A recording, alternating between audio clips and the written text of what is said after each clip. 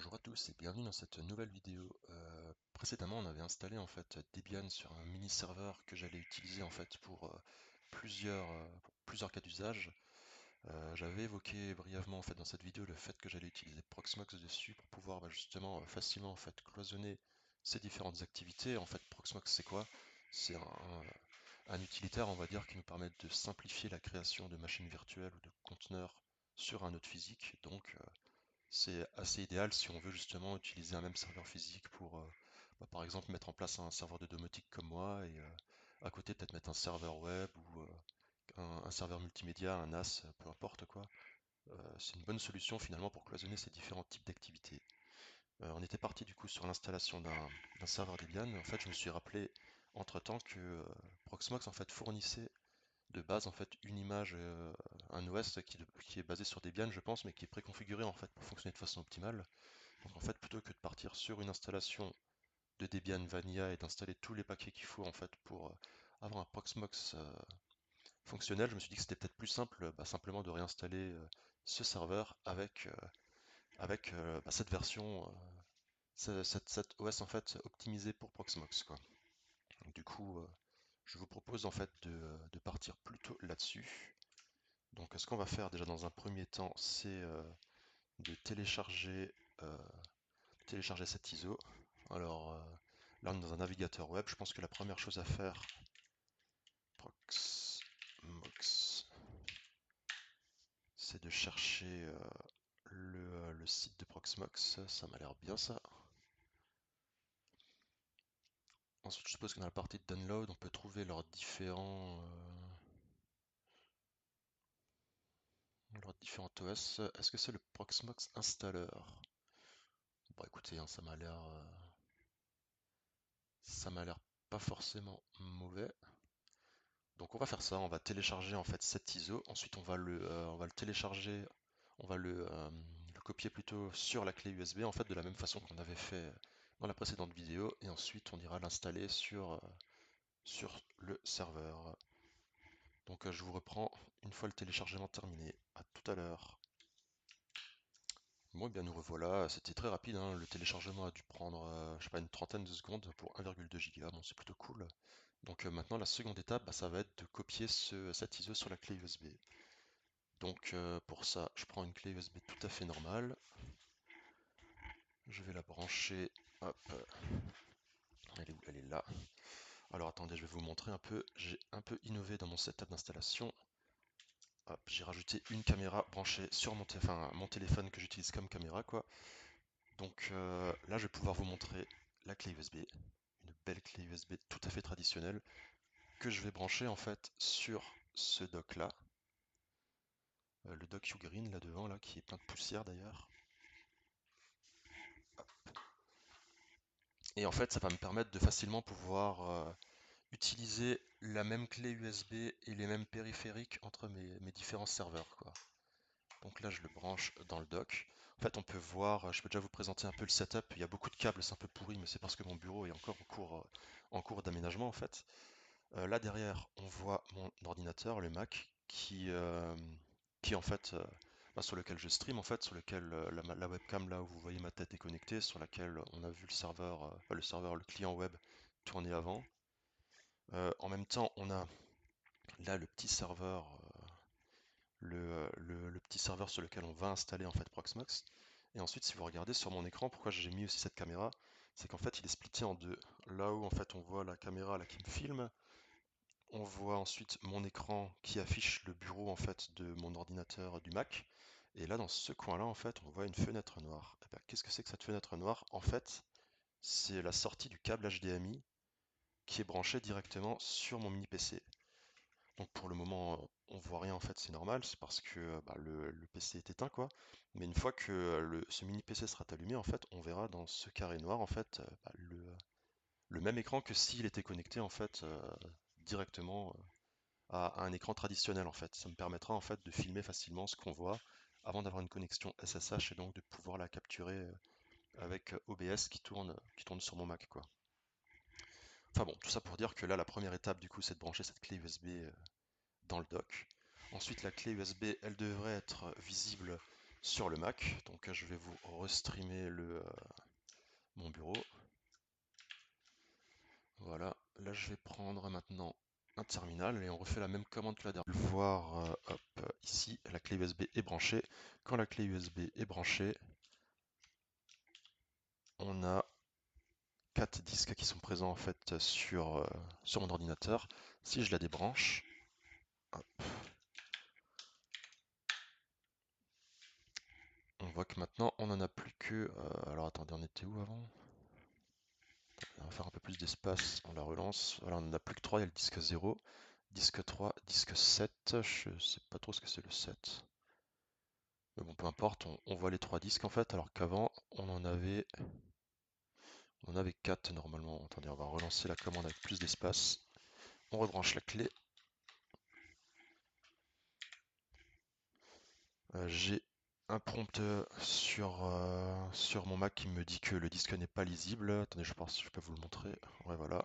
En fait, c'est tout à fait normal, hein. Si vous vous rappelez, la clé, on l'avait utilisée dans le précédent tuto pour installer, enfin on y avait installé une image de Debian dessus. L'image, vu qu'elle a été installée directement sur le disque sans passer par de système de fichiers ni quoi que ce soit pour qu'elle soit bootable, bah l'OS là aujourd'hui il reconnaît pas le système de fichiers donc il nous dit qu'elle n'est pas utilisable. Mais bon, nous on s'en fiche, c'est pas trop enfin, c'est normal en fait pour nous. Donc là, on revoit les disques, on voit qu'on a le disque 0, disque 3, disque 7, disque 0, disque 3, disque 7. On voit encore une fois que c'est le disque 4 qui a été rajouté. Donc pour être certain que c'est la bonne clé, en fait, on peut vérifier la taille. On voit que le disque fait 123 Go, ce qui est à peu près le cas de ma clé USB, en fait, qui en fait 130, je crois, de base, ou 128, quoi. Un multiple de 2. Donc on peut partir du principe que c'est toujours cette clé USB là qu'il faut utiliser, enfin ce disque là en fait, dev disque 4 qu'il faut utiliser pour installer notre système d'exploitation sur la clé. Donc, donc je vais utiliser la commande dd maintenant pour pouvoir copier en fait le fichier, l'ISO qu'on vient de télécharger en fait directement sur la clé USB en mode binaire quoi, sans utiliser de système de fichier ni quoi que ce soit en fait, ça va permettre à nouveau de créer directement en fait un disque bootable sur la clé USB, quoi, de façon à ce qu'on puisse le monter directement depuis le processus d'amorçage du serveur, quoi. Donc l'input file, ça va être hop, Proxmox. Donc ça, c'est l'ISO qu'on vient de télécharger avant sur le site de Proxmox, donc l'input file. Et l'output file, ça va être dev disque 4. Voilà, il n'y a plus qu'à lancer la commande et ensuite attendre que la copie se termine. Évidemment, je lance toujours pas en route. Donc, pareil, petite astuce sudo point d'exclamation, ça vous permet en fait de relancer la dernière commande. En fait, point d'exclamation, c'est un alias qui pointe toujours vers la seconde commande, la précédente commande. Ça évite de la retaper, quoi. Bon, bah voilà, la copie est en cours. Je vous reprends directement après, une fois que c'est terminé. À tout de suite. Nous revoilà, donc l'installation là a quand même pris plusieurs minutes, hein. Je pense que ça fait 5 bonnes minutes que ça tournait quoi. J'ai même vérifié que l'application n'avait pas craché en appuyant sur Entrée plusieurs fois. Mais bon, tout s'est passé finalement comme prévu. La copie vient de se terminer, donc maintenant l'idée ça va être de booter sur le petit serveur depuis la clé USB en fait. Donc je sais pas si vous vous rappelez, la dernière fois on avait configuré l'ordre de boot déjà du serveur pour que celui-ci boot en premier lieu sur la clé USB si, euh, si le BIOS en fait détecte un système d'exploitation dessus quoi. Donc on va tenter ça, hein. Alors on repasse sur la caméra. Donc là vous voyez il y a toujours le switch en fait dont on parlait avant qui est présent. Là pour le moment il est configuré en profil 1, ça veut dire que toutes les données en fait du clavier, de la souris et puis de la clé USB en fait sont connectées directement au Mac qui est derrière là. Hop. Maintenant je vais appuyer sur ce bouton là. Et là, ce qui vient de se passer, c'est que tous ces trois ports en fait ont été routés via le profil 2 sur le petit serveur qui est là, quoi. Donc maintenant, si je l'allume, on pourra voir normalement dans le petit carré là, voilà, on va voir si on est bon, l'écran en fait du serveur, quoi. Allez, on va tenter, j'appuie dessus. Là, il s'allume, on va peut-être un peu centrer le. Voilà, donc là, on boot sur le. Ok. Ok, nous voilà donc sur la clé USB en fait qu'on vient de créer. Là, on peut voir qu'on a booté sur la clé qui est bien la clé de Proxmox en fait, qui permet en fait d'installer le système d'exploitation qui est optimisé pour cette solution de virtualisation. Qu'est-ce qu'on va faire? Est-ce qu'on utilise le terminal UI, le graphical? On va utiliser le terminal UI, ça va être plus lisible je pense pour vous. Comme l'image n'est pas très grande, à mon avis, ça sera plus simple. Donc là, on va probablement faire un processus similaire à celui de la vidéo précédente, hein. On va définir sur quelle partition on va installer le système, on va prendre tout le disque. Ça va nous demander peut-être la configuration réseau déjà, je sais pas trop quoi. Et, euh, et l'idée, bah, ça va être de réinstaller le système, quoi. Alors déjà, on a une grosse licence à accepter. Je sais même pas quand. Ah oui, ok. Alors attendez, si je veux la lire, il faut que je clique au-dessus. Et là, ok. Bon, bah on va dire qu'on est d'accord, hein, évidemment. Donc là, on a les différents systèmes, en fait, enfin les différents disques sur lesquels on peut installer le système. Alors c'est intéressant, il ne détecte pas la clé USB, quoi. Donc c'est plutôt cool. On peut pas se tromper en fait et installer le système sur la clé comme c'était le cas avec Debian. Niveau système de fichiers, alors comme dit là par défaut, en fait, il nous propose de l'installer en ext4. Moi, je pense que je vais utiliser. Ah, mais BTRFS, il peut directement faire du RAID en fait. Ouais, les RAID en fait, c'est des stratégies qui permettent en fait d'avoir un seul système de fichiers sur plusieurs disques durs. En fait, ça peut permettre, en fonction du RAID choisi, d'avoir soit un système de fichiers plus rapide parce que les écritures peuvent être faites en fait en parallèle sur plusieurs disques, ou alors un fichier plus résilient parce que un octet en fait peut être écrit non pas qu'à un seul endroit mais sur deux disques et du coup si un jour un disque crame, ben, les données ne seraient pas perdues puisque elles seraient toujours présentes sur le deuxième. Moi j'aimerais bien faire du BTRFS mais sans RAID. Puisque enfin pour je peux faire de RAID, hein, j'ai qu'un seul disque. Moi de toute façon, l'utilisation principale de serveur, ça sera de la domotique, peut-être de tests, les données en fait qui devront être les données sensibles que je ne voudrais pas perdre, je les backuperai en fait. Il y a une vraie solution de backup en fait dont on parlera probablement plus tard, mais je les stocke pas sur deux disques quoi. Bon, c'est un peu dommage ça quand même. Parce qu'on va partir du coup sur. Je vais voir ce qui se passe si je prends un BTRFS RAID 0 et que je configure pas de disque. C'est technologie preview. Ok, en fait, il nous dit que utiliser BTRS, c'est pas forcément le truc le plus fiable sur ce Proxmox. Compresse, je vais pas mettre de compression, je pense 476 Go c'est suffisant. Mais c'est marrant parce qu'il me demande pas. En fait, ça lui pose pas de problème visiblement que je fais un RAID 0 avec qu'un seul disque, c'est marrant.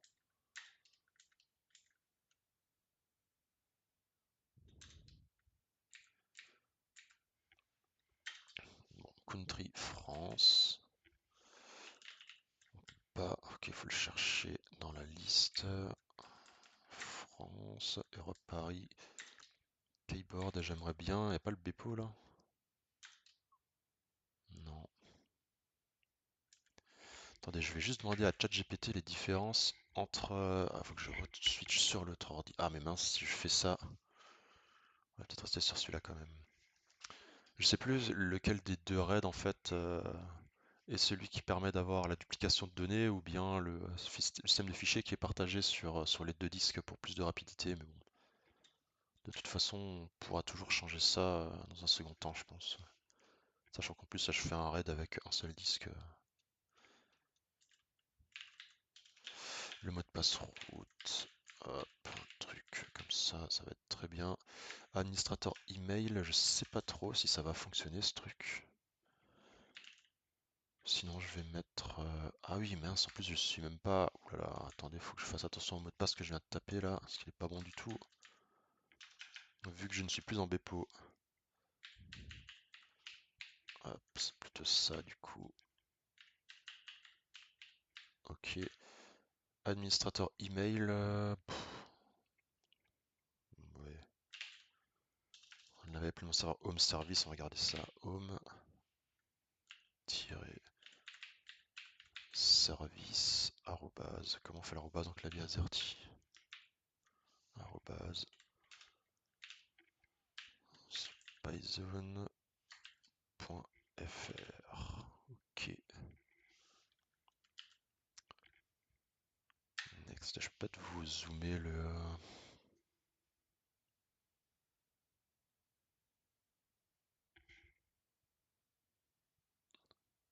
pour mieux voir, voilà. Ensuite, il faut directement configurer en fait l'interface réseau. Hostname FQDN, c'est pareil, on s'en fiche un petit peu. Alors ENPS0, c'est l'interface Wi-Fi, je pense. Non, c'est l'interface filaire, je vais le configurer en Wi-Fi moi. Donc je vais prendre celle-ci. Lost name, bon c'est pareil, hein, on va faire home-service.local par exemple. Par contre, moi j'aimerais bien que l'IP soit géré par DHCP. Est-ce que c'est possible de faire ça là? 68.1. Parce que je sais même pas sur quel. Je sais même pas sur quel réseau est connecté mon réseau local là. Hmm. Bon écoutez, on va laisser ça par défaut. On verra bien en fait après coup s'il y a besoin de changer ça. Moi j'aimerais bien qu'il se connecte en fait en DHCP. Bon. Alors boot disque, on va booter sur un file system BTRFS, sur dev, le point de montage sera dev SDA, on est en Europe, France. On a un email qui a été configuré, un host name aussi. Les IP, automatic il reboot, ah non, on va le faire nous-mêmes. Les IP comme dit, je pense pas qu'elles soient bonnes en fait, mais ça je pourrais le configurer dans un second temps en fait. Là le problème que j'ai, c'est que comme j'ai mon clavier et ma souris en fait qui sont connectés sur le même switch que la clé USB, j'ai pas très envie en fait de reswitcher en fait les périphériques sur mon Mac pour pouvoir par exemple aller dans l'interface de mon routeur et voir le sous-réseau utilisé parce que je suis pas sûr que l'OS va ensuite repérer correctement la clé USB et où il en est en fait quand je vais pouvoir continuer la procédure d'installation en fait sur le mini serveur là. Donc je préfère laisser la clé USB branchée quoi. Bref, on verra. Ah, voilà, l'installation est terminée, du coup le reboot va être automatique. Mais du coup il va rebooter sur la clé USB je suppose vu qu'elle est toujours branchée dans le BIOS et que on est toujours en train de booter. Bah ouais, voilà en fait ça n'a servi à rien en fait de booter automatiquement mais bon peu importe. Donc maintenant moi ce que je vais faire simplement c'est retirer cette clé USB là. Hop, elle est là. On la retire. Et maintenant si je redémarre le serveur, a priori on devrait booter sur le système qui vient d'être installé quoi. Qui devrait donc être un Proxmox. Tout beau, tout neuf. Ah, parce que ça va, ouais, comme ça.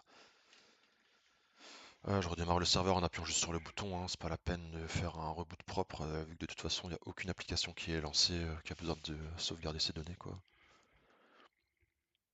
Hop, voilà, on boot donc sur l'OS et puis il nous démarre ben, le système d'exploitation en fait qui va bien quoi. Ok, hâte de voir à quoi ça va ressembler le boot, si on va juste avoir un view login ou s'il nous démarre directement sur une interface physique. Non, ok, on est directement en fait sur le serveur.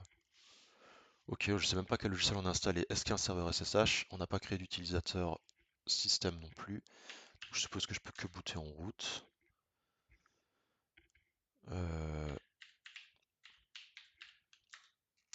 Par contre, si, il y a un truc intéressant en fait. Please use the web browser to configure this server. On peut directement en fait se connecter depuis le serveur HTTP que Proxmox a lancé quoi. Ok. On se retrouve un peu plus tard. Après réflexion et un peu de tergiversation, je me suis dit que ça serait peut-être mieux d'utiliser l'interface réseau filaire en fait plutôt que la Wi-Fi pour ce serveur-là, sachant qu'il sera toujours posé à côté de mon routeur en fait et qui pourrait être connecté en câble sans problème en fait, parce que j'ai regardé un peu la documentation, il y aurait moyen d'utiliser en fait le Wi-Fi pour l'OS Proxmox, mais c'est pas le truc qui semble être plébiscité, quoi. Ça m'a pas l'air d'être super bien maintenu. Bon, ça m'a l'air plus simple en fait de passer par l'interface filaire, donc comme pour moi ça me pose pas spécialement de problème de faire ça, on va plutôt passer là-dessus, quoi. Mais du coup, on va passer par l'interface filaire sans forcément utiliser DHCP, donc je vais juste voir en fait quel réseau en fait est utilisé par ma Livebox et sur quel port je pourrais, enfin sur quel IP je pourrais éventuellement assigner la machine, quoi. Fuck. Bon bref, nous y voilà. Je vais copier mon mot de passe.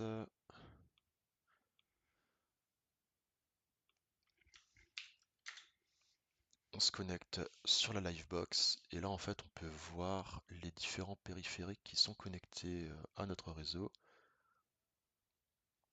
On peut voir mon iPhone, mon Mac, ma télé je suppose. Qu'on n'a rien pour le moment dans les ports Ethernet. Mais moi ce que j'aimerais voir c'est la liste des IP utilisées, ok. Donc on est bah forcément en fait je suis en fait c'est forcément 52.168.1 vu que l'interface du routeur c'est sur ce sous-réseau, enfin sur ce réseau-là, quoi. Mais maintenant, est-ce qu'on peut définir en fait la plage DN, la plage DHCP qui est utilisée? Je sais pas trop. Je fais inviter, on n'a pas besoin de ça.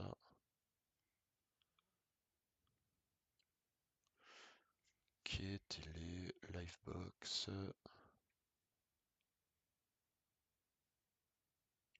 Ben, c'est peut-être là-dedans du coup. Bah non,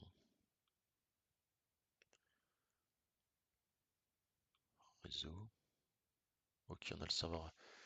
Donc c'est ça en fait, DHCP, pour ceux qui ne voient pas ce que c'est, en fait, c'est le service qui permet en fait d'associer en fait une adresse IP à un périphérique qui rejoint un réseau en fait. On va pas faire un cours de réseau actuellement, mais si vous voulez sur Internet, surtout en IPv4, on a une notion de réseau et de sous-réseau. Là, moi, le réseau de ma Livebox, c'est les trois premiers, en fait, si vous voulez, éléments de l'adresse IP, quoi. C'est le 192.168.1. Et ensuite, en fait, tout ce qui est derrière, ça va être les différents périphériques qui sont en fait branchés dans le réseau local. Je vulgarise assez globalement, quoi, mais on le sait en fait parce que quand on prend le masque de sous-réseau, en fait, on peut voir en fait que les bits qui sont le plus à gauche en fait sont considérés comme étant ceux du réseau, ceux le plus à droite qui sont à zéro en fait sont considérés comme étant ceux du sous-réseau du coup. Ensuite, ça veut dire quoi? C'est-à-dire que globalement là, si mon Mac en fait veut envoyer un paquet à une adresse IP qui commence en fait par 192.168.1, il va être redirigé dans le réseau local. Par contre, si l'adresse de la destination est différente, enfin commence par un préfixe différent, dans ce cas en fait ça va être envoyé à la passerelle, donc à la Livebox qui va la transmettre sur Internet, quoi. Bref, du coup il faut en fait une façon automatique ou pas de désigner en fait quelles vont être les adresses des différents périphériques qui vont se connecter en fait sur le réseau et c'est le rôle en fait de cette application DHCP, c'est d'assigner en fait une adresse différente pour chacun des périphériques. Donc là, on peut voir que le DHCP fonctionne de l'adresse 10 à 150. Donc je peux connecter 150 appareils en fait qui vont avoir des adresses IP qui vont être assignées automatiquement. Et moi, du coup, si je veux avoir un périphérique, donc mon serveur Proxmox qui lui a une adresse fixe, qui sera toujours la même en fait en fonction du moment où il se connecte, bah, je dois la spécifier en fait dans les adresses qui restent dans ce sous-réseau, mais qui sont en dehors de cette plage en fait pour éviter qu'il rentre en conflit avec les adresses gérées par DHCP. Concrètement, ce qui pourrait se passer si maintenant j'assignerais mon serveur Proxmox à l'adresse 192.168.1.13, c'est que DHCP va assigner en fait cette adresse à un autre périphérique, et dans ce cas-là, ça va être le bordel, puisque les paquets qui vont partir ou qui vont venir, les interfaces réseau vont pas savoir à quel ordinateur les délivrer, et ce qui se passera concrètement, c'est qu'il n'y aura plus Internet de fonctionnel ni même le réseau local de fonctionnel sur les deux périphériques, quoi. Bref. Et ouais, sachant que pourquoi les DHCP existent, c'est que si on n'utilise pas DHCP, ce qui va être le cas pour ce serveur-là, en fait, c'est à nous de faire attention, de configurer en fait toutes les interfaces pour utiliser des IP différentes en fait sur chaque machine, quoi. Bon, vous savez quoi? Est-ce qu'on va pas se relancer une installation encore une fois? Après tout, c'est la tradition, chaque serveur on l'installe 2 fois. On va peut-être faire ça, ça sera plus rapide. Je suis pas très motivé à me lancer dans les méandres de la compréhension des interfaces réseau sur Linux là. Ça m'amusait à une époque, maintenant je suis trop vieux pour ça. Je préfère avoir un truc qui marche bien, sachant qu'en plus, comme dit, on a certainement des configurations à changer au niveau de Proxmox, vu que l'adresse de l'interface web, elle a pas changé quoi. Donc après, si je dois encore trifouiller dans les fichiers de configuration Apache, Nginx ou je sais pas quoi, ça risque d'être chiant. De toute façon, c'est rapide. On reboot sur le disque. Je vais le remettre un peu sur le côté. Hop, voilà.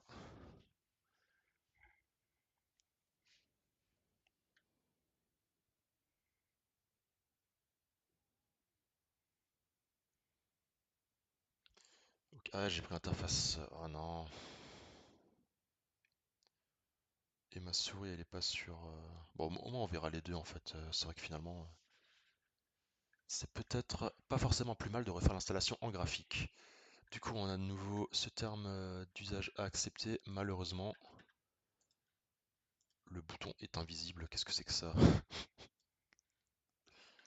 Et c'est pas comme si la fenêtre était trop petite en fait, hein. Là, je stream tout l'écran. Je peux pas. Enfin, c'est du full screen quoi. Comment je fais pour l'accepter moi? Incroyable. Mais attendez, comment. Bon, attendez, je vais configurer mon écran. On va faire un petit tuto du coup, j'ai rien de trop bizarre à afficher, non c'est bon. Hop. Où je vais vous montrer comment fonctionne le mode PIP, PBP qui permettent en fait à un écran en fait d'afficher plusieurs sources différentes. C'était pas prévu dans le tuto là, mais bon, c'est pas grave. Donc là j'ai différents modes d'affichage en fait. Là on peut voir que j'ai incrusté en fait en bas à droite une source visuelle et l'écran en fait principal c'est une deuxième source visuelle. Donc ce que je vais faire, c'est que je vais utiliser ce mode-là qui va permettre d'avoir un affichage, non pas celui-ci, celui-là qui va permettre d'avoir un affichage plus étendu. Oula, tout explose, voilà. Et je n'ai toujours pas de possibilité d'accepter ces termes de conditions, quoi. En fait, la fenêtre, elle est trop petite. Il n'y a rien que je peux faire là, en fait. Ok, eh bien, dites-moi donc, comment je les accepte, moi, tes ULA, là.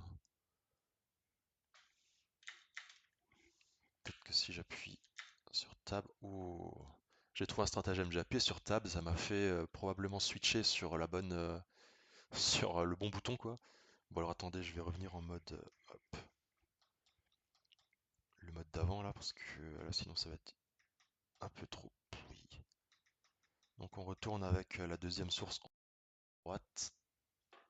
Hop, voilà. Et du coup, le reste de mon écran, ça redevient le Mac. On va se remettre sur le côté comme ça.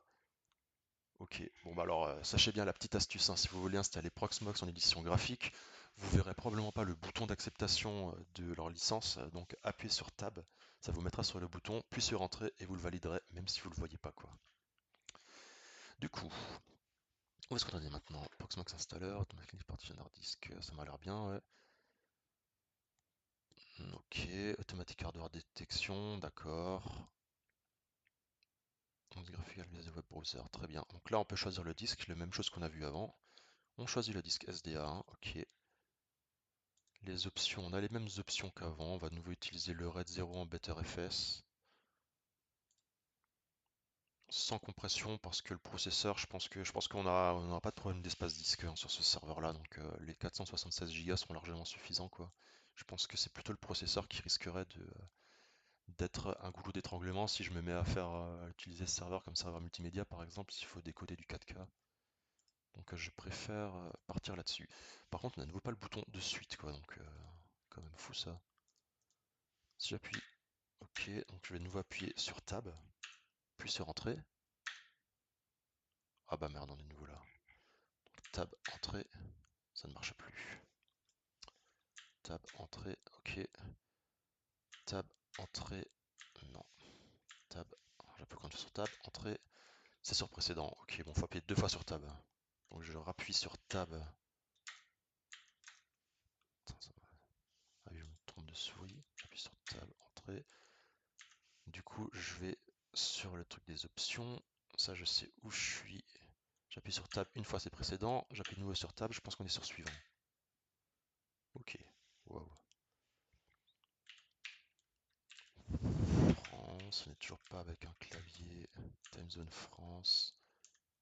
France. Du coup, maintenant j'appuie une fois, c'est précédent, une autre fois suivant. Ça va, on commence à comprendre comment fonctionne l'interface de configuration Proxmox, quoi. J'espère que ça sera un peu plus pratique plus tard parce que là, ça donne pas trop envie, quoi, hein, mais bon. Le mot de passe route.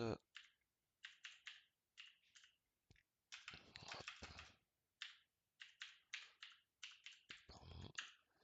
Mail, on avait dit home service arrobase. Comment on le fait arrobase? Ok. .fr. De tab, une fois précédent, une fois suivant. Password to short. En plus, je me suis trompé en fait dans le mot de passe. Voilà, ok, tab, tab, précédent, suivant.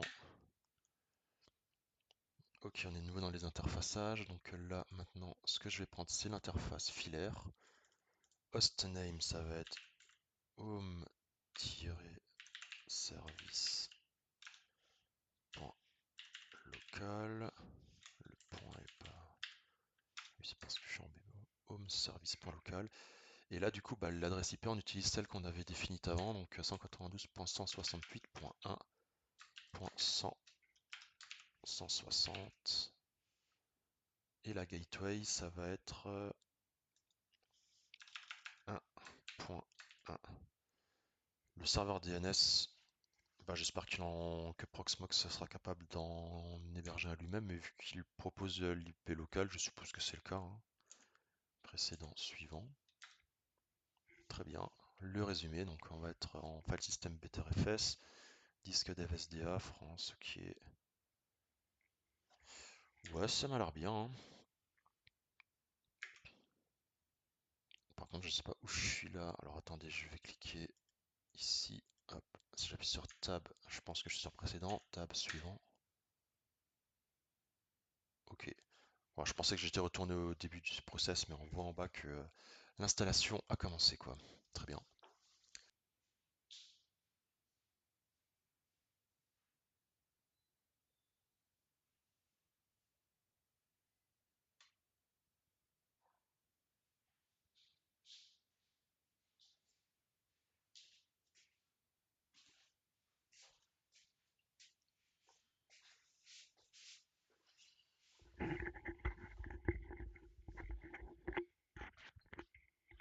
Bon, j'étais parti me faire un café, finalement l'installation s'est terminée pendant cette période-là. On a rebooté sur la clé USB.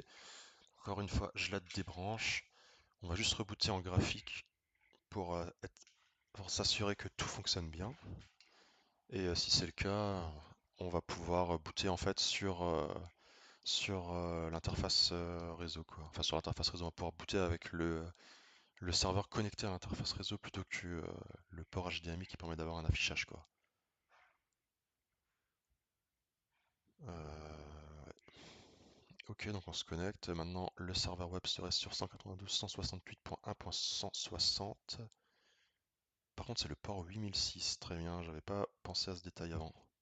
Qu'est-ce qui s'est passé? Ok, bon, bah très bien. On va se connecter maintenant du coup sur le réseau et puis espérer que ça fonctionne, quoi. À tout de suite. Euh, Nous revoilà, du coup, allons voir les équipements connectés. Là, ce qui est intéressant, c'est qu'il le trouve, hein, ce device, la device 48, mais il est considéré comme n'ayant aucune adresse IP.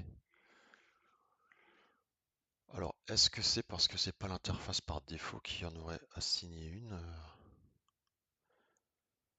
On va tester. C'était quoi le port? Vous vous rappelez du port par défaut de... Mince, c'était quoi? Je sais plus. 8000... quelque chose, non? C'était ça. Ok. Oh, nous y sommes quoi. Ça fait je sais pas combien de temps que j'essaye de configurer mon interface réseau là, alors qu'en fait ça fonctionne. Ok.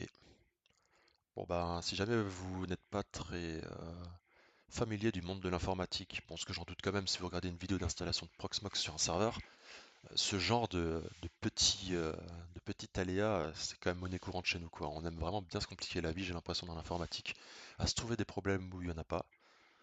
Ouais voilà quoi en fait. Bah, du coup l'interface fonctionne, hein, je sais pas, on la voit pas en fait sur. Moi en fait c'est ça, comment faire pour savoir si quelque chose fonctionne, forcément on fait des tests, hein. Et moi le test que j'ai fait c'était de vérifier que le serveur était bien présent dans la configuration de ma Livebox.